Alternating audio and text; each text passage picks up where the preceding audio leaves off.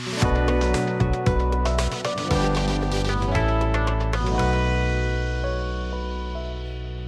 you guys, it's Thanksgiving Eve and we're having our Thanksgiving at Sean's sister's house, and I am only responsible for dessert. So I think that's great. So I am making my infamous apple cake. Okay. I used, just put in, this is an old recipe that I got from my sister. It's an old recipe that's been passed around in the Air Force for years. And I have been making this apple cake, oh gosh, close to 20, 30 years once my sister gave me the recipe. And I dearly love it. And everybody that I've given it to they really enjoy it. So I'm putting in 2 cups of sugar, and then I did 2 eggs, as you saw. Now I'm going to put in a 1/2 cup of oil, and needs to be vegetable oil, you guys. So canola oil doesn't do as well. All the other oils does not do as well. So yeah, I recommend you do the vegetable oil. Okay, and I am just going to give this a good stir. Now I have cut up about 4 apples, and I have diced those up, and I use, you know, like I said, real apples, as I swing the apples all over the counter there. And those apples are going to break down as it bakes. Okay. All right.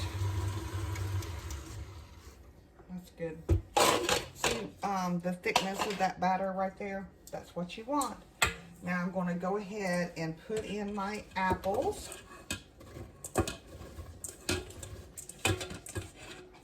Yum.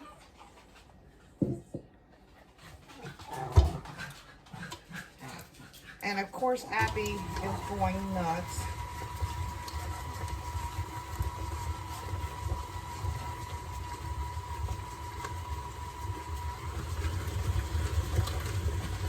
I don't want to sling that batter everywhere. Now, I have in this bowl 2 cups of all-purpose flour, a teaspoon of just table salt, okay? 2 teaspoons of cinnamon, a teaspoon of nutmeg, and 2 teaspoons of soda, baking soda. And now we're going to slowly incorporate that into our mixture. And I will stop the mixer for a second and let you see what I'm seeing right there. Okay? All right. Okay. So let's just slowly incorporate that. And I've got that just on 1, but it still likes to pitch it out for some reason. So let me back off the amount I'm putting in there. This has such a wonderful flavor, taste, and aroma to it. Oh my goodness, y'all. You have no clue. And it's baking. It's a lot like a I want to say a spice cake flavor, okay, that comes out. Of course, I'm using the 1/2 cup that I had my oil in, so all my spices got a little bit wet in there. We're not falling out. So, and I want to make sure I get all that good cinnamon and nutmeg.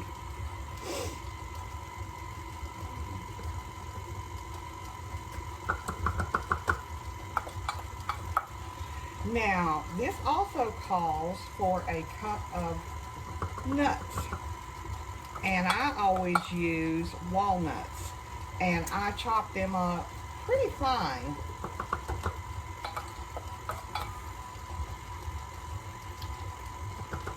And one thing about walnuts is this time of year, I mean, all your nuts and things of that nature, you use it a lot in your baking. Just a quick note, if you buy it in bulk, you can freeze your nuts, and it makes a huge difference. They stay so fresh. Okay, so let me just give this, scrape down my edges there. Okay, scrape off my batter. And that's what we're looking at. This cake is really easy, but it takes a minute for it to bake, because it's going to bake in a tube pan, an old-fashioned tube pan at 350 for an hour, and then we're going to glaze it while it's warm. Okay, so about a cup of finely chopped nuts. I've been doing this so long, I probably put in more than a cup of nuts, quite honestly. That's okay. I just know what to put in there. This cake is really moist, and it will fall apart. I'm here to tell you. I've had it fall apart, like trying to take it out of the pan even. So, there is an art to that. All right. Look at all those wonderful nuts going down in there. Now I have sprayed my tube pan with my trusted Baker's Joy. Love me some Baker's Joy. I remember the old days of having to actually Crisco grease the pans and flour and turn them and pat them. You young kids have no idea. Have no idea. Okay.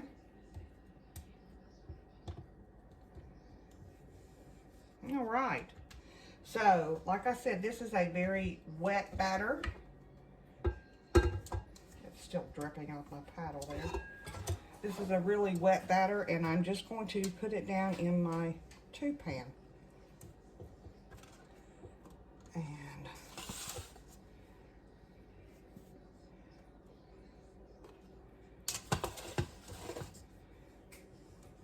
In the old days, I would use like a Pepsi or a Coke bottle, and I would insert the tube pan in that bottle so that it could cool better once I took it out of the oven. Again, those were the days. And this recipe, again, this is one that is in one of my favorite little cookbooks that I have in the world. That batter's just right. You see there? This was a gift from my son when he was in kindergarten. And he, of course, now is a grown man. I love those little gifts. All right, so let's stick this in the oven. We're going to bake it, like I said, at 350 for an hour. All right, it's been an hour, so let's pull this out of the oven. Oh, yes. That's perfect. We're going to let it cool, and then we are going to put caramel glaze on this bad boy. This is going to be good. Okay, you guys, it is actually Thanksgiving noon at Thanksgiving, and I'm running a little bit behind. I didn't sit up last night and glaze that cake. I had to wait until it cooled down enough to take it out of the pan, and while it was still warm, to go ahead and glaze it. So, forgive me, y'all. Anyway, you should glaze it while it's still warm. Okay, so in this pan, this is our glaze that we're going to use, is 1 cup of brown sugar, packed brown sugar, 1 stick of unsalted butter. You could use salted, that's fine. I just prefer unsalted. And 1/4 of a cup of Carnation's evaporated milk. Just melt your butter, melt your sugar in together, and give it a good stir. And we're going to let this boil for 1 minute. It's been a minute, and I have let this boil up really nicely. Turn my eye off, which is a good thing. Let's see, look at that. Nice and caramel. All right, I have a fork here, and I am just going to poke all kinds of holes in this cake. It looks like you're destroying the cake. But let me tell you, once this caramel seeps down in there, especially when it's warm, oh, so good. Now, when I first started this blog, my childhood friend and schoolmate from the 3rd grade on actually posted her version of this apple cake. And there's many, many versions of it out there. And they've just been passed down. So, look at that, y'all. I'm going to let this set here for a minute and seep down in there. You won't use all of this glaze, which is a shame because it's so good. So what I like to do is at the end, I'll pour a bunch in the center, but it's still, see what I'm saying? You know, I guess you could cut it down. I just never have. You know, when you've got an old recipe like that, sometimes when you cut them down, they don't work as well. So, but it's glaze. I guess I could, and I guess you could. So, yeah. So let me do a little drizzling down the side. And I put it on this cake stand with a lip so that when the glaze does come off the side, it's got someplace to go, and it's not going to go all over the floor and your counter. Look at this, y'all. Yum. Let me put some down in the middle.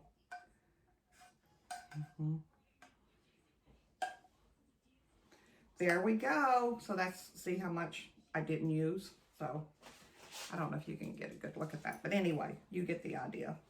And this is one good looking cake. And it sure is one tasty cake. That being said, happy Thanksgiving. And enjoy the turkey.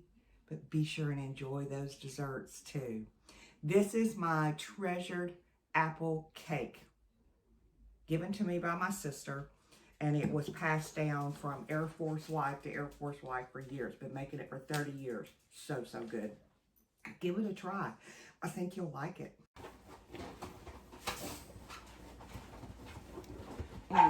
Look at this, y'all. I put some of that caramel glaze over top as well.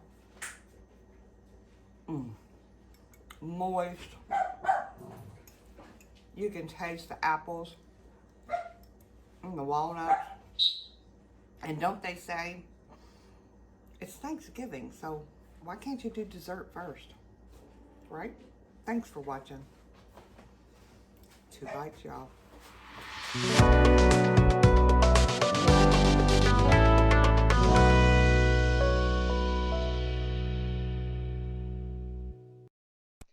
If you haven't done so already, hit that subscribe button.